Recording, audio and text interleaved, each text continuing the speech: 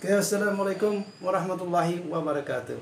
Okay guys, it is nice day to meet you again in Indonesian English TV. Okay, in this video today I would like to explain about the format of writing thesis proposal, design of quantitative research. So you need to pay more attention to every explanation I will give in the video. So please stay tuned. But before we continue to the next explanations about the quantitative research, so you got to subscribe first to channel Indonesian English TV. So in the hope that this channel can grow up later in the few times next, and then it's gonna be very useful for people. Or please pay more attention to this video since the beginning of the video till the end of this video, because in the whole video we'll have valuable explanation and also valuable insights for you to write an English proposal thesis. So let's get started.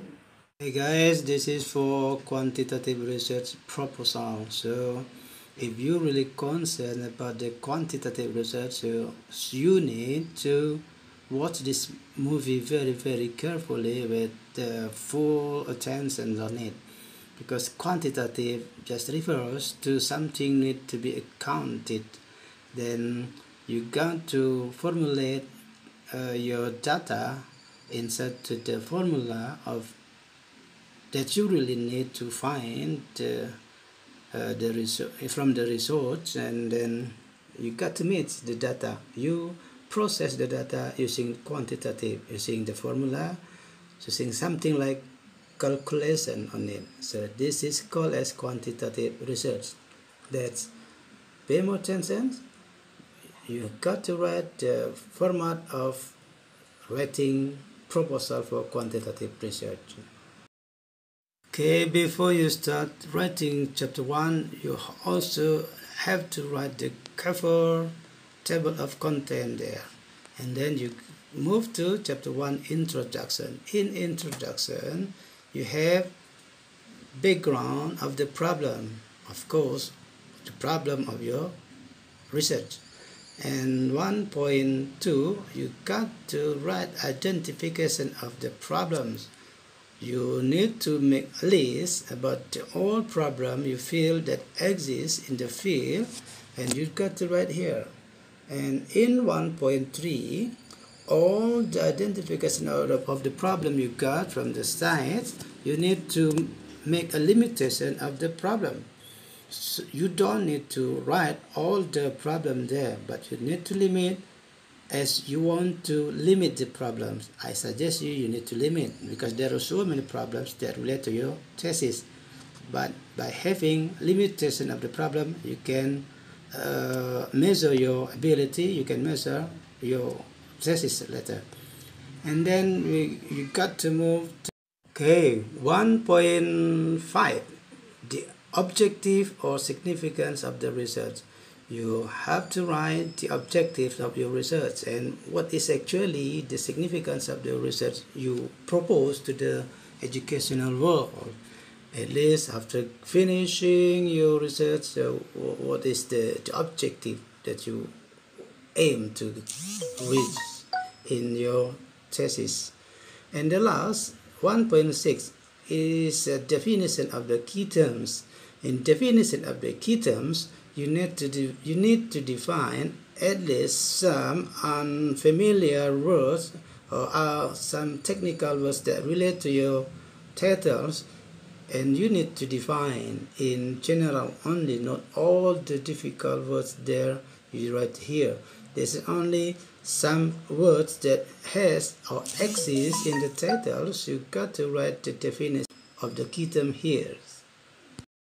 Okay, then we move to chapter 2, theoretical framework.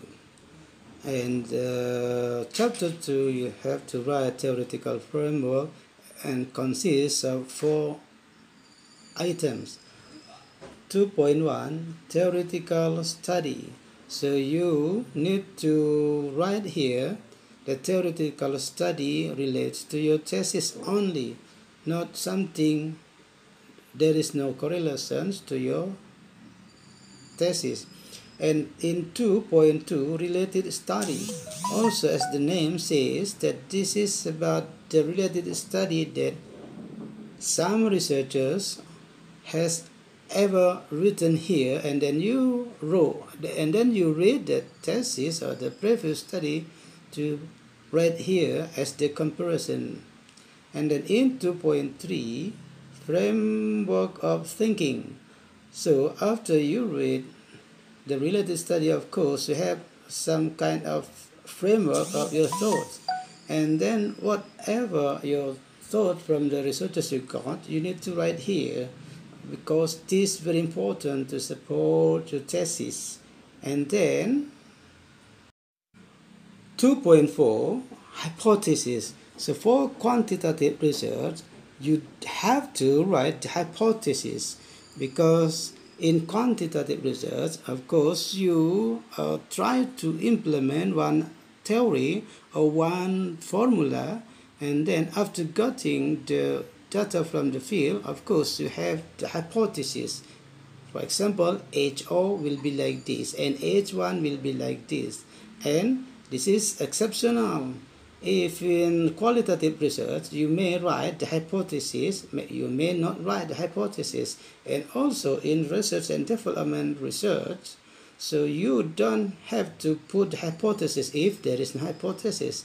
But for quantitative research, you have to write here hypothesis, because this is very important elements, very important variable for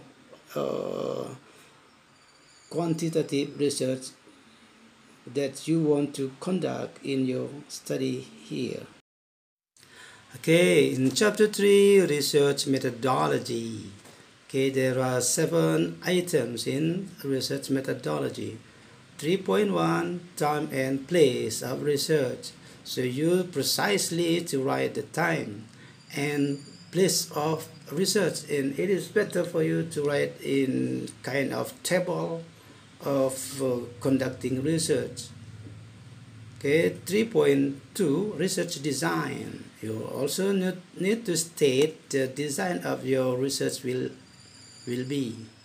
And 3.3 population and samples. So you need to explain, describe very precisely about population and samples for your test, for your research. In 3.4 technique of sampling, you got to read about the sampling, how to get the sampling suit to your research. And then 3.5 technique of collecting data.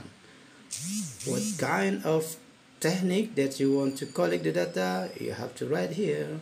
And 3.6, you have the technique of instrument validation.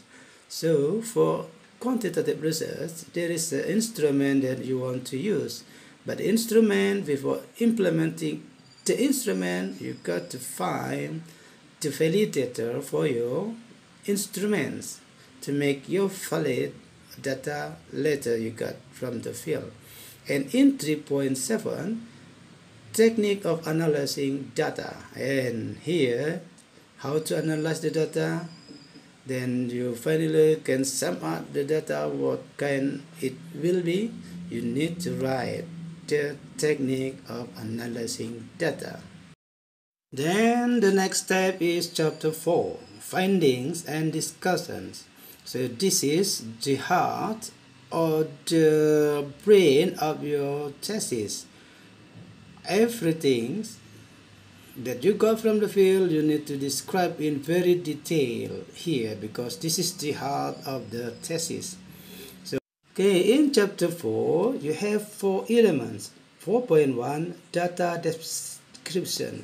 In data in data descriptions, you need to describe very precisely, very beautifully there, and very precisely, because all the data description here is the heart of your finding in your research. And in 4.2, testing of analyzing requirements, in here I would like to describe the pengujian persyaratan analysis. Of course, you need to test the analysis of your sample you got from the field.